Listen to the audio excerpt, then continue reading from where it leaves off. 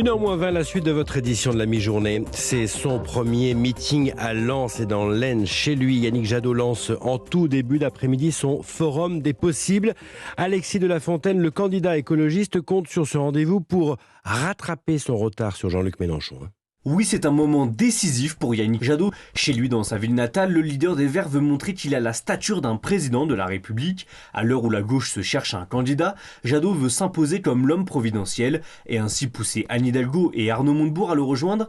Après avoir refusé jeudi matin sur Europe 1 de participer à la primaire populaire, il ne croit pas au coup de bluff de la maire de Paris et veut la faire plier avant février. Aujourd'hui, son entourage l'assure avec certitude, elle va nous rejoindre, il y a des discussions en cours. Pour cela, il mise sur un rassemblement d'envergure à Laon. 500 personnes sont attendues pour écouter sa vision de la France et la transformation environnementale qu'il envisage pour le pays. C'est loin des 1000 personnes prévues initialement. En effet, son équipe assure respecter les mesures gouvernementales, mais n'impose pas le pass sanitaire, tout comme Éric Zemmour. Alexis de la Fontaine du service politique d'Europe 1. Bonjour Delphine Bateau. Bonjour. Vous êtes la coordinatrice des porte-paroles de Yannick Jadot. On vient de le dire, il est à quelques kilomètres de son village natal, Yannick Jadot. C'est le moment pour lui de relancer sa campagne. Il est entre 6 et 9% selon les sondages. Écoutez, contrairement à ce que je viens d'entendre, aujourd'hui, ce n'est pas un meeting ni une démonstration de force. C'est une démonstration d'écoute, parce que les écologistes veulent mettre le réel au centre de cette campagne présidentielle. Le réel, c'est d'abord la pandémie, avec un système de santé, un système de soins qui craque de partout, un épuisement des soignants. On était ce matin avec Yannick Jadot à l'hôpital de Laon, ouais, à l'écoute des personnels, à l'écoute des sages-femmes, et notre priorité, c'est la santé.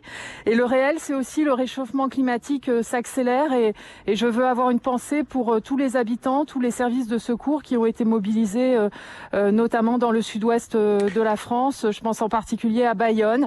Et en fait, ces questions-là ne sont pas abordées dans le débat politico-médiatique tel qu'il est présent depuis plusieurs semaines, et ce sont les sujets que les écologistes veulent imposer. Ce que je comprends derrière ce que vous me dites, Delphine Bateau, c'est que finalement, être le candidat du réel, c'est être autre chose qu'un simple candidat écolo, c'est ça? C'est porter l'écologie. Et Yannick Jadot incarne l'écologie et porte les urgences pour le climat, pour le vivant, pour la biodiversité. On est dans une situation d'urgence absolue, vous savez, du point de vue du climat. C'est une préoccupation très importante pour les Françaises et les Français. C'est un sujet de révolte pour la jeunesse, et c'est très significatif en fait que les autres candidates et candidats dans cette campagne n'en parlent jamais. Anne Hidalgo a lancé un appel pour une primaire à gauche. Il a dit niet sur Europe 1 jeudi matin. Depuis, est-ce qu'il y a eu des contacts avec les autres candidats à gauche? Il n'a pas répondu aux appels d'Arnaud Montebourg notamment? Écoutez, moi je ne suis pas là pour vous faire la liste des relevés d'appels de Yannick Jadot.